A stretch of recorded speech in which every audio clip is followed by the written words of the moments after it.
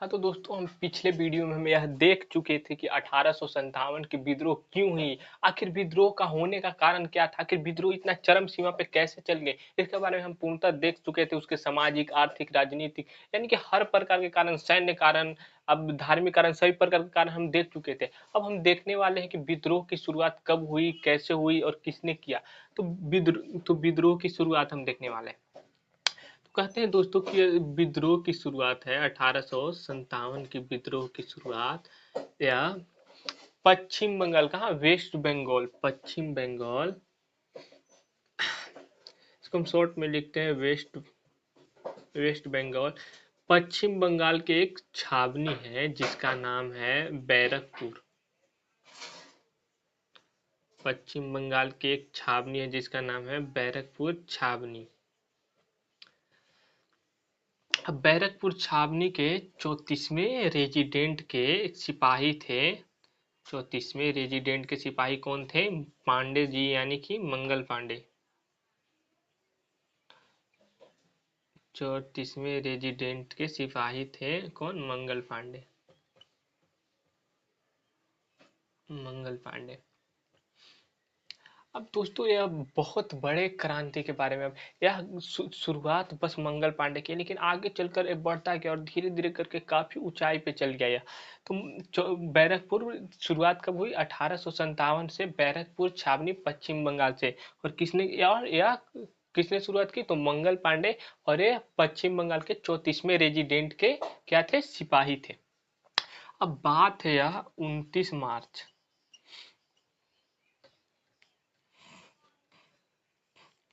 बात है 29 मार्च 1857।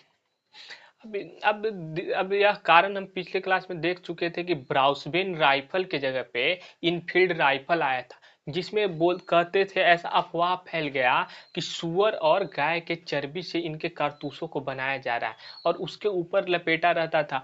अब कहा गया सिपाहियों से कि 29 मार्च को यह राइफल आने वाला है और इसका आपको उपयोग करना है। तो इसी समय, मतलब अफवाह फैला तो मंगल पांडे मिले ब्रिटिश, कौन? ब्रिटिश उस समय अधिकारी थे, एक का नाम था ह्यूसन, एक का नाम था ह्यूसन और एक का नाम था बाग।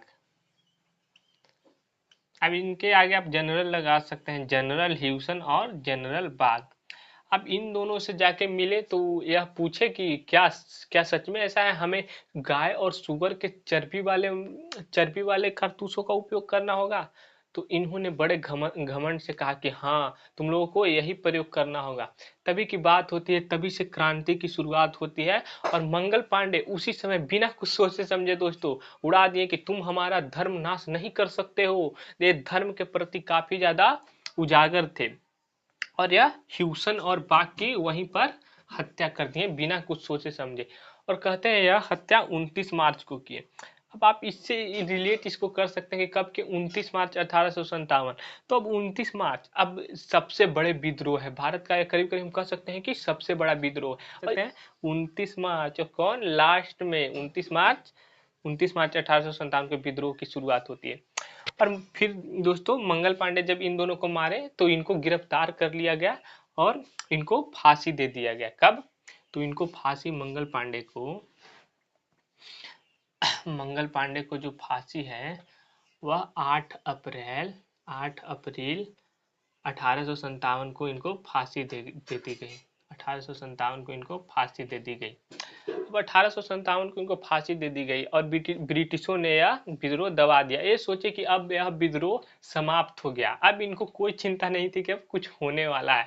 अब मतलब विद्रोह को दबा दिया, अब सोचे कि अब कुछ होने वाला नहीं दोस्तों। लेकिन इससे कहते हैं कि एक आग सी भड़क पड़ी, लोगों के बीच एक उत्साह सा उमड़ पड़ा और लोग धीरे धीरे उजागर हुए। और कहते हैं कि वास्तव में यह तो मंगल पांडे ने आजादी की पहली गोली चलाकर विद्रोह की शुरुआत की, लेकिन वास्तव में जो विद्रोह की शुरुआत होती है वह घटना है 10 मई। 10 मई, 10 मई 1857। यह बात है दोस्तों कहाँ के? मेरठ के, मेरठ के मेरठ के सिपाहियों कहते हैं कि काफी ज्यादा उजागर होकर उमड़ पड़े और मेरठ के सिपाहियों ने विद्रोह को काफी ऊंचे लेवल तक ले गया और इन्होंने अपने भी सैनिक छावनी में विद्रोह कर दिया और वहां के जो गोली बंदूक राइफल थे सभी को लूट लिया और 10 मई 1857 को विद्रोह को अंजाम दिया और सभी हथियार लूट लिए और धीरे धीरे यह यमुना नदी के किनारे अब आप देख सकते हैं, आप देख सकते हैं कि यहाँ पर है मेरठ उत्तर प्रदेश में, यहाँ पर दिल्ली ज्यादा दूर नहीं है, दोनों को एक नदी से जोड़ती है जिसका नाम है यमुना। तो यह यमुना के किनारे किनारे ही मेरठ के लोग विद्रोह करके राइफल को टांग कर धीरे धीरे पहुंच गए अपने, कहते हैं कि कंधा पे ये 10-10 राइफल टांग के ले गए थे और जब यह दिल्ली पहुंचे तो वहां के लोग बिल्कुल मतलब ऐसा सोच ही नहीं सकते थे कि यह ऐसा करेंगे। तो पहुंचे यमुना नदी के किनारे किनारे कहाँ दिल्ली में। और दिल्ली में यह जब पहुंचे तो यह किनके पास गए, तो उस समय कहते हैं मुगल बादशाह बहादुर शाह जफर थे यानी कि, या फिर बहादुर शाह द्वितीय थे। उस समय कौन थे, मुगल बादशाह बहादुर शाह द्वितीय।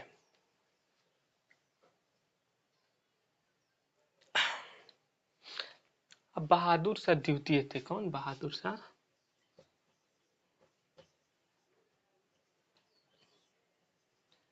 इनको आप बहादुर शाह जफर या बहादुर शाह द्वितीय कह सकते हैं। अब बहादुर शाह उस समय काफी ज्यादा बूढ़ा हो सकते हैं, कहते हैं कि वो बोलते बोलते कांपते थे और उनको इन्होंने इन विद्रोहियों ने, कौन, मेरठ के विद्रोहियों ने नेता बना दिया। किनको, तो बहादुर शाह जफर को इस विद्रोह का नेता बनाया, क्या नेता, कि इस विद्रोह का नेतृत्व आप करेंगे। और साथ में इनको फिर से भारत का जो ब्रिटिश थे जो इनसे छीन चुके थे बिल्कुल भारत के बादशाहों ने का खिताब, वह इनको फिर से पूरे हिंदुस्तान का बादशाह बनाया। और 11 मई 1857 को दिल्ली में जमकर विद्रोह हुई और दिल्ली पे इन विद्रोहियों ने कब्जा कर लिया और दिल्ली बिल्कुल भारत के लोगों के कब्जे में आ गया।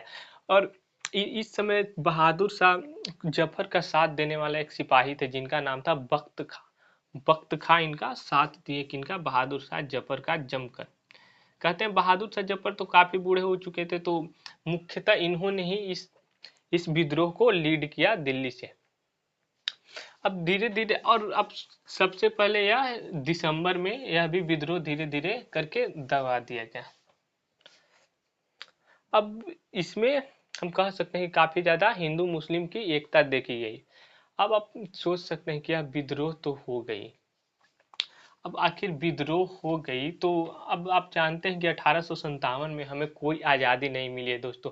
हमें आज़ादी मिली है 15 अगस्त 1947 में।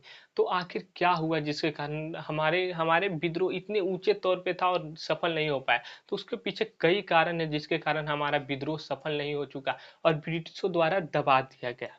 तो हम उसके एक एक कारण को एक एक करके देखते हैं। तो पहला पहला कमी है नेताओं में एकता। नेताओं में एकता। अब नेताओं में एकता, नेताओं का समन्वय, नेताओं का समन्वय,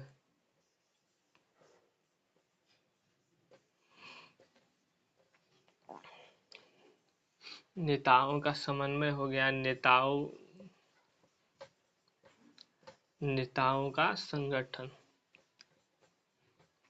अब नेताओं की अब क्या गलती थी इसमें दोस्त, तो बात ऐसा है कि कोई भी केंद्रीकृत नेता जो नहीं था, जो अब 1947 में भारत को एक नेता लीड कर रहे थे महात्मा गांधी, इस समय कोई लीड नहीं कर रहा था या कोई खास नेता के द्वारा लीड नहीं कर, और कोई एकता नहीं देखी गई। कभी यहाँ कोई विद्रोह कर दे रहा, कभी वहां कोई विद्रोह, एक साथ कहीं भी एक साथ विद्रोह नहीं हुआ है। और नेताओं में कोई समन्वय नहीं थी कि एक दूसरे से राय लेके कहाँ क्या करना है किसी प्रकार का, और नेताओं का ना ही कोई संगठन बनाया गया था। और चौथा जो कारण है वह राष्ट्रवाद की भावना की कमी दिखी।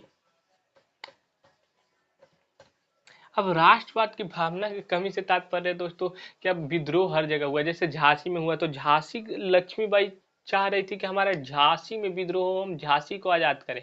इधर इधर मोहम्मद सज्जफर चाह रहे थे कि हम दिल्ली में विद्रोह करके दिल्ली को हम बस अपने कब्जे में ले। अब कानपुर में सोच रहे थे नाना साहब कि हम बस कानपुर कानपुर के लिए ही कुछ करें। तो यहाँ हम कह सकते हैं कि राष्ट्रवाद की काफी ज्यादा भावना देखी गई।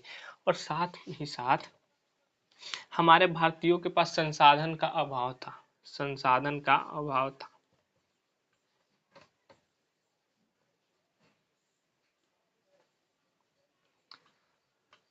संसाधन का अभाव बड़े तौर पे देखा गया।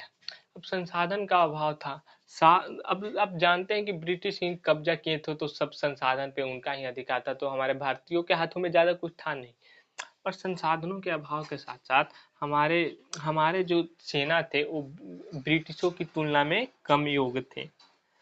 अब कम योग थे ऐसा नहीं कि हमारे इंडियन के पास कम पावर थी। अब बात ऐसा है कि वह ब्रिटिश जो सेना थे काफी ज्यादा अनुशासित थे। उनको जैसा ऑर्डर दिया जाता था वह वैसा ही करते थे, लेकिन भारतीय सेनाओं में वैसा नहीं था। यह कभी इधर कुल्हाड़ी लेके कूद रहे हैं, कोई लाठी लेके कूद रहे हैं। बताइए, उधर से राइफल चल रहा है, आप लाठी लेके कूदिएगा तो आप पहुंचने से पहले ही मार दिए जाएंगे। तो उसी प्रकार कम योग्य थे भारत के सेना किसके तुलना में, ब्रिटिशों के।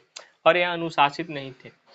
छठा जो कारण है, अब ब्रिटिशों के पास जो राइफल थी वो काफी उन्नत किस्म की थी। ब्रिटिशों के पास राइफल थी जो काफी अच्छे प्रकार के थे, लेकिन वही हमारे भारतीयों के पास वही लकड़ी के राइफल जो कि बरसात आई तो उलह गई और वह चली ही नहीं। तो मतलब अब कह सकते हैं कि हमारे भारतीयों के पास हथियार की कमी थी और ब्रिटिशों के पास राइफल ज्यादा थी। क्या ज्यादा थी और उनकी राइफल उन्नत थी। कई कारण हैं। एक होता है कि दक्षिण भारत के जो राजा थे या दक्षिण भारत के लोग थे, इस विद्रोह में कहते हैं दोस्तों कि बिल्कुल वह भारत से पृथक हो गए और भारत का कोई साथ या सहायता नहीं दिए। कौन? तो दक्षिण भारत के लोग थे, वह इस विद्रोह में भागीदारी नहीं किए।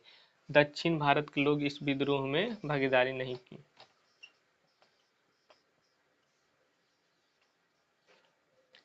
नहीं विद्रोह किए।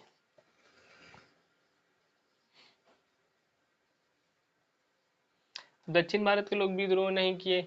और दूसरा है दोस्तों, जो जमींदार उच्च वर्ग के लोग थे, जो जमींदार थे, पढ़े लिखे लोग थे, मध्यम वर्ग लोग थे। अब जमींदार ब्रिटिश के खाते थे तो ब्रिटिश के ही गाते थे। और वह इस विद्रोह को, एक की तो विद्रोह किए नहीं, भारतीयों का साथ नहीं, दूसरे में इस विद्रोह को दबाने में, इस विद्रोह को दबाने में ब्रिटिशों का साथ दिया। कौन दोस्तों? तो यह जमींदार वर्ग, उच्च वर्ग हो गए, इन्होंने ब्रिटिशों का साथ दिया। कौन? जमींदार वर्ग हो गए। ये सब उच्च वर्ग जो थे, साहूकार सेठ जितने थे, सब किसका साथ दिए? ब्रिटिश का। जमींदार सेठ साहू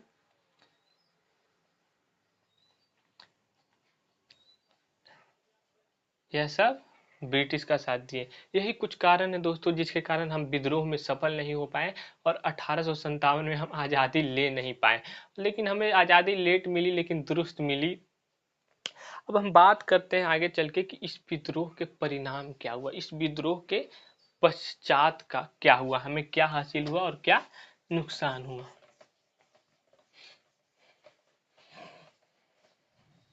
तो सबसे पहले हम देख लेते हैं कि विद्रोह का नेतृत्व कौन कहां से किया और किस लिए किया। कहां से किया और कब किया विद्रोह का नेतृत्व। तो हम एक एक करके देखते हैं। तो एक है, सबसे पहले है दिल्ली। दिल्ली।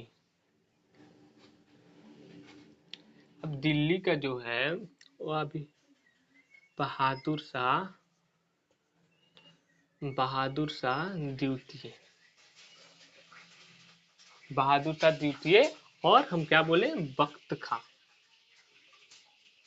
बख्त खां ने दिल्ली के से विद्रोह का नेतृत्व किया। यह विद्रोह कब हुआ? तो 11 मई।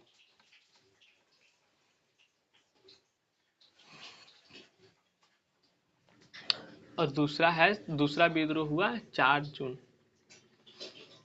दूसरा विद्रोह जो था वह अवध में हुआ था। दूसरा विद्रोह कहाँ हुआ था? अवध में। बेगम हजरत महल बेगम हजरत महल और इनका एक बेटा था। बेगम हजरत महल, बेगम हजरत महल और बिजरिस बिरिजिस कादिर, बिरिजिस कादिर। अब 4 जून के बाद आता है, 4 जून के ही एक और जगह विद्रोह हुआ। अब दोनों महिलाएं भारत की भारी पड़ गई, बेगम हजरत महल और कौन, झांसी की रानी लक्ष्मीबाई। 4 जून को ही विद्रोह, तो झांसी का विद्रोह हुआ। झांसी और प्लस ग्वालियर भी हम इसको बोल सकते हैं। झांसी और ग्वालियर इसको हम बोल सकते हैं। इसकी नेतृत्व किसने की, तो लक्ष्मीबाई, और इसका नेतृत्व लक्ष्मीबाई की और तात्या टोपे ने किए। कौन, तात्या टोपे।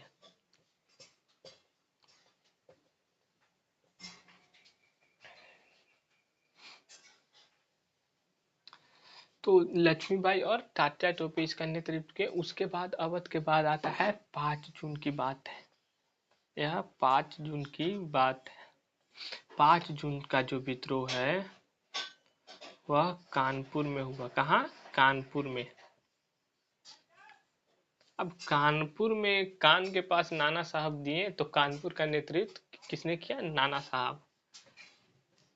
कहते हैं दोस्तों कि नाना साहब जो थे, इनका एक नाम था जिसमें का नाम था नाना, नाना साहब का धोंधूपंथ था। तो नाना साहब और तात्या टोपे यहाँ भी थे। वह लक्ष्मीबाई के साथ भी दिए और यहाँ से भी विद्रोह में भाग लिए। कौन, तात्या टोपे, कानपुर के विद्रोह से। और 5 जून की एक और बात है। 5 जून में ही इलाहाबाद में विद्रोह हुआ। कहाँ, इलाहाबाद।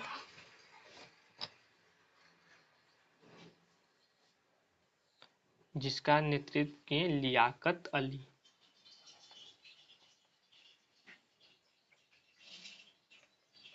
लियाकत अली।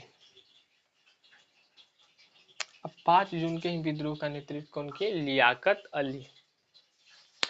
अब इसके बाद सीधे हम आते हैं 12 जून, जो कि सबसे महत्वपूर्ण है। 12 जून,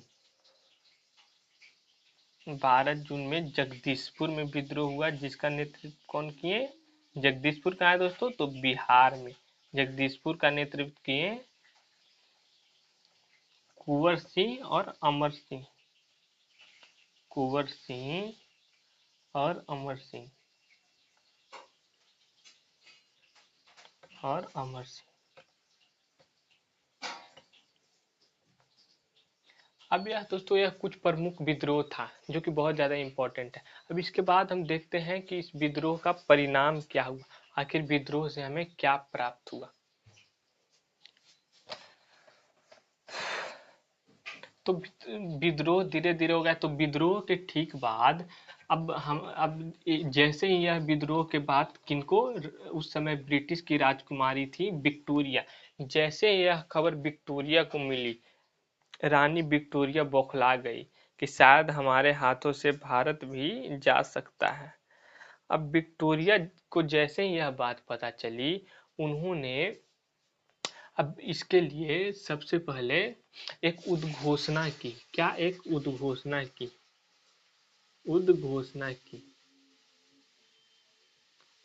अब उद्घोषणा में क्या कहा था, तो यह उद्घोषणा था जो भारतीयों के सुधार से संबंधित था। क्या, भारतीयों के सुधार से संबंधित था, कि भारतीयों के लिए नीतियों में सुधार के लिए संभव था। अब यह वही बात होगी कि भारत की नीति सुधारेंगे कौन, विक्टोरिया। अब यह उद्घोषणा जो थी, अब इसी उद्घोषणा जब ब्रिटिश से आई, तो लॉर्ड कैनिंग को भेजा गया इलाहाबाद के दरबार में कि जाइए पढ़कर भारत के लोगों को मूर्ख बनाइए कि हम आपके लिए सुधार की नीति ला रहे हैं। लेकिन बिल्कुल ऐसा नहीं था। यह उद्घोषणा इलाहाबाद में सुनाई गई किसी, तो यह 1858 में, 31 मई 1858 में यह सुनाया गया। तो यह उद्घोषणा थी, किससे संबंधित थी, तो भारतीयों के लिए सुधार से। अब यह उद्घोषणा जब आई तो इसमें दो प्रमुख नीतियों का सुधार किया गया। एक भारत के सैन्य सुधार किए। सबसे पहले रानी विक्टोरिया जो थी एक बहाना किए कि नहीं, हम भारतीयों के साथ कोई अत्याचार नहीं किए हैं। इन्होंने कहा अब हम कंपनी से शासन की बागडोर छीनकर अब हम अपने हाथों में लेते हैं। अब यही बात हो गई, किसी आदमी को हम दुख दे रहे हैं, उसका हम हाथ काट रहे थे पहले, अब हाथ हम छोड़ दे रहे हैं। अब हम आपको बिल्कुल दुख नहीं देंगे। अब आपको हम सीधे आपकी गर्दन काट देंगे। यह वही बात है दोस्तों कि विक्टोरिया शासन की बागडोर खुद अपने हाथों में ले ली और भारत के लोगों को कुछ हद तक मूर्ख बनाया है इन्होंने दोस्तों। और इन्होंने सैन्य सुधार किए, सैन्य सुधार किए, सैन्य सुधार किए और दूसरा शासन अपने हाथ में ले लिए। क्या? शासन अपने हाथ में ले लिए। और इसके लिए उन्होंने एक कमीशन लाया जिसका नाम है पिल कमीशन। अब देखते हैं कि पिल कमीशन में आखिर इनकी क्या खिचड़ी पक रही थी, आखिर ये क्या क्या बोले। पिल कमीशन लाए तो हम पिल कमीशन के बारे में देखते हैं। तो पिल कमीशन,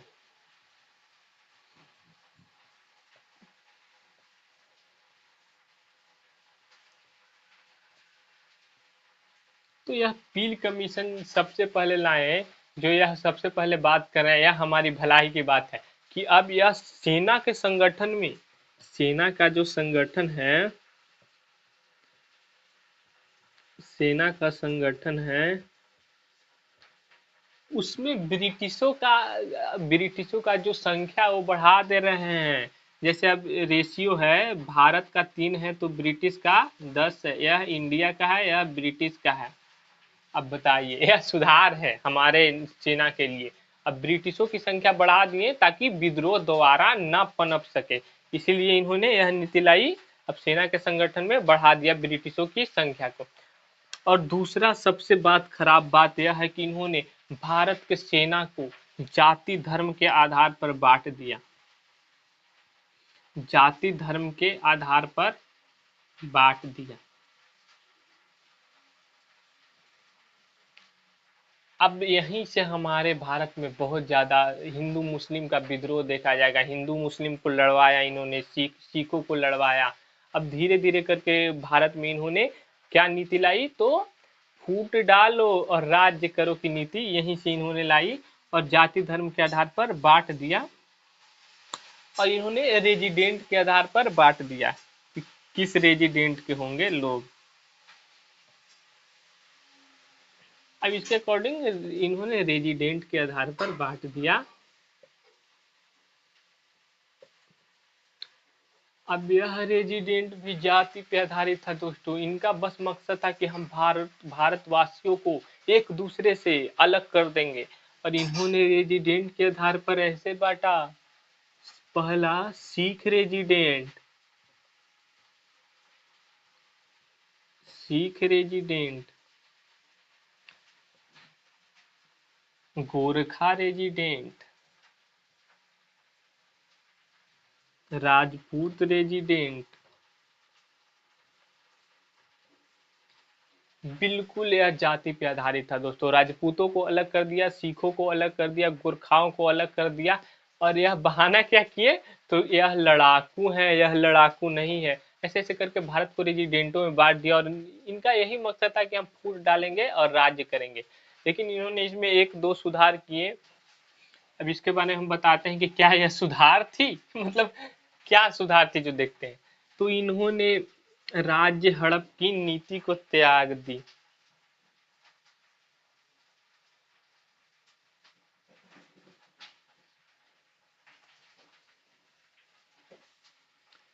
राज्य हड़प की नीति को त्याग दी। इन्होंने राज्य हड़प की नीति को त्याग दी।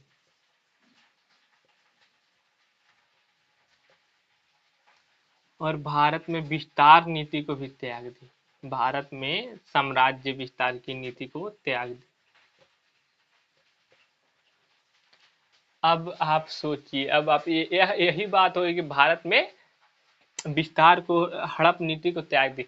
अब यही बात हो गई कि किसी किसी किसान ने खेती की, काफी मेहनत करके उन्होंने खूब उपजाया, और आप उनके खेत का पूरा फसल काट कर ले गए, और अब आप बोल रहे हैं कि अब मेरे को आपके खेत से कोई मतलब नहीं है, अब आपका खेत आप अपने पास रखिए। तो यही बात हुई, पूरे भारत को तो इन्होंने हड़प लिया दोस्तों। तो हड़प नीति त्यागे या मत त्यागे, अब हड़पना क्या बचा था, पूरे भारत पर इनका ही कब्जा था, तो क्या हड़पते।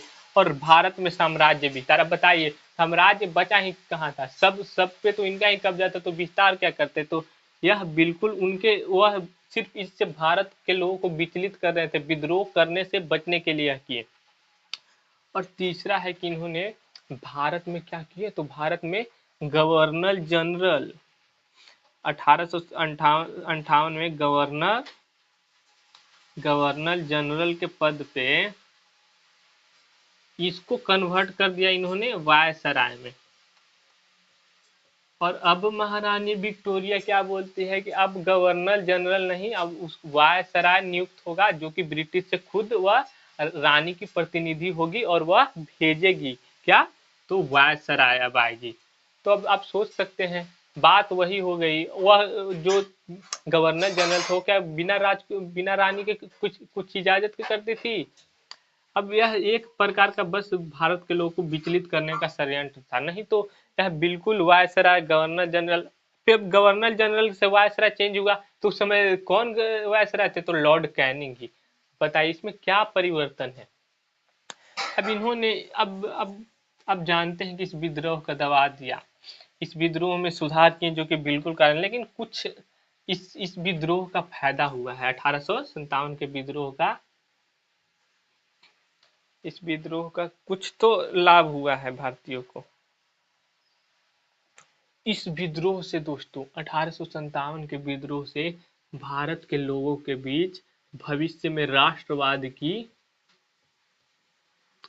क्या, राष्ट्रवाद की भावना का उदय हुआ। अब भारत के लोग अब सोचने लगे कि हमें पूरे भारत को आजादी दिलानी है, राष्ट्रवाद का उदय हुआ।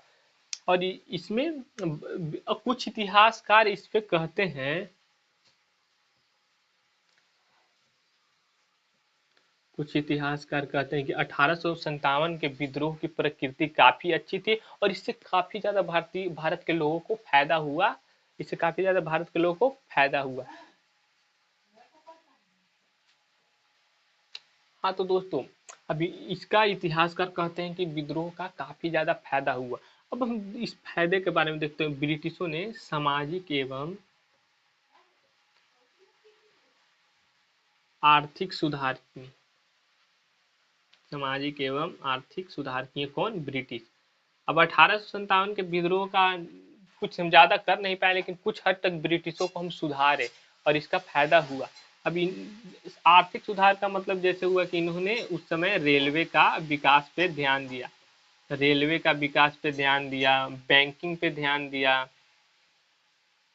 क्या, बैंकिंग पे भी ध्यान दिया, और कोस्टल एरिया का विकास किया, जो समुद्र के किनारे का एरिया, कोस्टल एरिया का विकास किया, कोस्टल एरिया का विकास किया। और इन्होंने काफी ज्यादा विकास किया। और अब इन्होंने इसी के आधार पर 1858 का एक अधिनियम लाया, 1858 का अधिनियम लाया।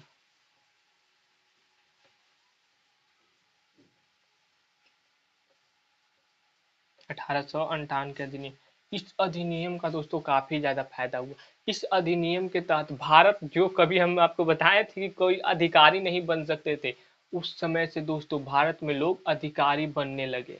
अधिकारी अधिकारी का पद भारतीयों के लिए भी सुनिश्चित हो गया। अब भारत के लोग भी अधिकारी बन सकते हैं, जैसे कि आज का एग्जाम्पल है डीएम, एसडीएम। तो अधिकारी भारत के लोग बनने लगे। और ब्रिटिशों ने 3 न्यायालय का निर्माण किया, 3 न्यायालय का निर्माण किया, जिसमें एक है बॉम्बे हाई कोर्ट। इस अधिनियम के तहत 3 न्यायालय का स्थापना की, बॉम्बे हाई कोर्ट, दूसरा है Madras high court, Madras high court, और तीसरा है Kolkata high court, Kolkata high court. अब इसका आप फायदा देख सकते हैं पहले तो अब भारतीय भी अधिकारी बन सकते हैं। 3 न्यायालय का निर्माण किया जिसमें हम न्याय के लिए जा सकते थे अब दोस्तों। तो 3, Bombay high court, Madras high court, Kolkata high court. तो तो अब इसका फायदा, और इस विद्रोह का परिणाम दोस्तों काफी ज्यादा हिंदू मुस्लिम भाइयों में एकता देखी गई, और हिंदू और मुस्लिम साथ मिलकर इस समय लड़े थे। तो अब आप देख सकते हैं कि इस विद्रोह का कहीं न कहीं कुछ न कुछ फायदा हुआ। अब इस विद्रोह के बारे में कुछ इतिहासकार हैं, कुछ लेखक हैं जो अपने वाणी में कुछ इस विद्रोह के बारे में बताते हैं। इस विद्रोह का को एक जो है स्वतंत्रता संग्राम बताए हैं। स्वतंत्रता संग्राम इस विद्रोह को बताए हैं। स्वतंत्रता संग्राम बताने वाला एक प्रमुख लेखक है, इतिहासकार हैं, जिनका नाम था वीडी सावरकर। क्या वीडी सावरकर जो थे, इस 1857 के विद्रोह को कहते हैं कि अब भारत के लिए एक स्वतंत्रता संग्राम जैसा था। इसमें काफी ज्यादा भारत के लोग हिस्सा लिए। और और एक हैं, और एक जो लेखक हैं वो कहते हैं कि यह स्वतंत्रता संग्राम था, साथ में इसको सिपाही विद्रोह की तुलना की है। सिपाही विद्रोह कि यह सिपाही विद्रोह था।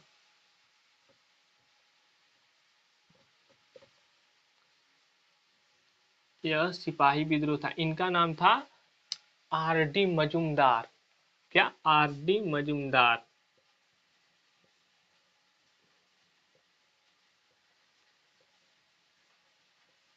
Are D Majumdar.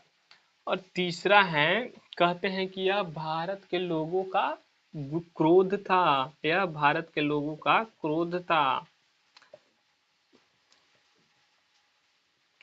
यह भारत के लोगों को क्रोध था। क्रोध। और दोस्तों यह कोई और नहीं, कार्ल मार्क्स ने ऐसा कहा था। कौन? Karl Marx. अब कार्ल मार्क्स तो थे दोस्तों 1857 के विद्रोह के समय थे, क्योंकि इनका जन्म 1818 ईस्वी में हुआ था और 1883 में इनका मृत्यु हुआ था। आप जानते हैं कि 1857 में विद्रोह, तो यह बीच में भारत भारत के अवध के थे जिनका नाम था मिर्जा गालिब। मिर्जा गालिब भी इस विद्रोह को अपने आंखों से देखे हैं, और कार्ल मार्क्स भी साथ में देखे हैं इस विद्रोह को। और चौथा है, यह सभ्यता और बर्बरता के बीच, सभ्यता और बर्बरता के बीच, सभ्यता और बर्बरता के बीच संघर्ष। सभ्यता और बर्बरता के बीच संघर्ष। यह और कुछ नहीं कहने वाला था। इनका नाम है टीए होम्स। इनका नाम है टीए होम्स। अब बताइए, इनका नाम तो रिलेट कर रहा है होम से, और यह बोल रहे हैं कि यह सभ्यता और बर्बरता के विषय। तो आप इससे इसको रिलेट कर करके याद सकते हैं सिपाही विद्रोह। तो हम सबसे पहले स्वतंत्रता संग्राम तो कहते हैं दोस्तों, इसको आप रिलेट ऐसे कर सकते हैं, आप हमेशा रिलेटेड पढ़े। तो स्वतंत्रता संग्राम, तो स्वतंत्र होने के लिए उस समय सावर, सावर भी लोग, यानी कि सावर का मतलब होता है हल्का काले टाइप का, तो सावर लोग भी शामिल हुए दोस्तों। आप जानते हैं कि सभी लोग, आम जनता भी शामिल हुए, तो सावर लोग, तो इसको आप रिलेट कर सकते हैं वीडी सावरकर। सावर लोग भी स्वतंत्रता संग्राम में शामिल हुए। अब दोस्तों, अब सिपाही विद्रोह, सिपाही विद्रोह को आप रिलेट कर सकते हैं आदि मौजूदा। तो सिपाही जो थे दोस्तों, हर मजदूर मजदूर थे, तो इसको आप रिलेट कर सकते हैं मजूमदार। और भारत के लोग क्रोध। अब क्रोध, आप ऐसा आप सुने होंगे काले आदमी को काफी ज्यादा क्रोध आता है, तो आप इसको इससे रिलेट कर सकते हैं कि भारतीयों का क्रोध का परिणाम तो कार्ल मार्क्स। और तीसरा, सभ्यता और बर्बरता के बीच संबंध। यह हमारे होम के ही लोग, यानी कि टीए होम्स ने ऐसा कहा कि सभ्यता और बर्बरता के बीच यह संघर्ष था। तो अब हम देखते हैं कि कुछ इसके बारे में 1857 के विद्रोह पे कुछ प्रमुख पुस्तकें लिखी गई, उसके बारे में अब हम देखते हैं।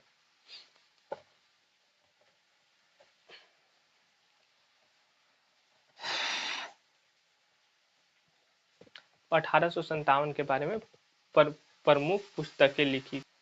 हाँ, तो हम कुछ पुस्तकों के बारे में देखते हैं। पहला है, हाँ, हाँ, तो हम प्रमुख पुस्तक की बात करने वाले हैं, जिसमें पहला है भारतीय स्वतंत्रता संग्राम। भारतीय स्वतंत्रता संग्राम।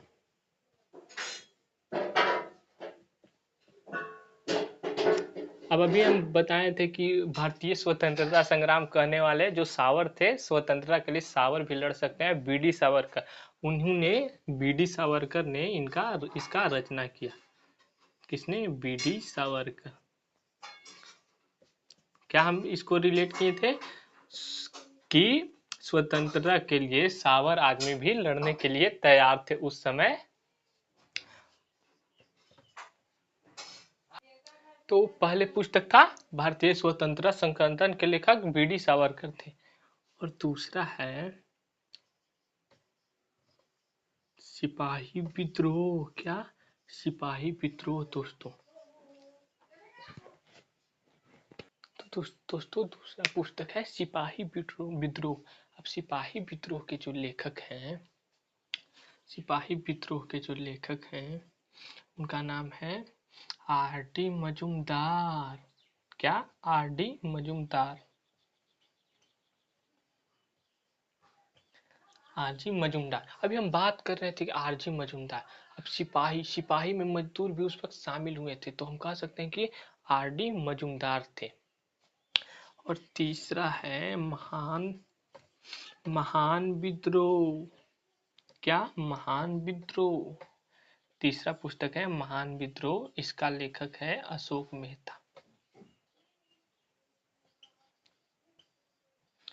क्या? अशोक मेहता। आप इसको रिलेट कर सकते हैं, हमारे भारत में महान सबसे राजा कौन थे दोस्तों? The Greta Ashok, the great Ashok. तो अशोक, तो हमारे महान कौन कह सकता है?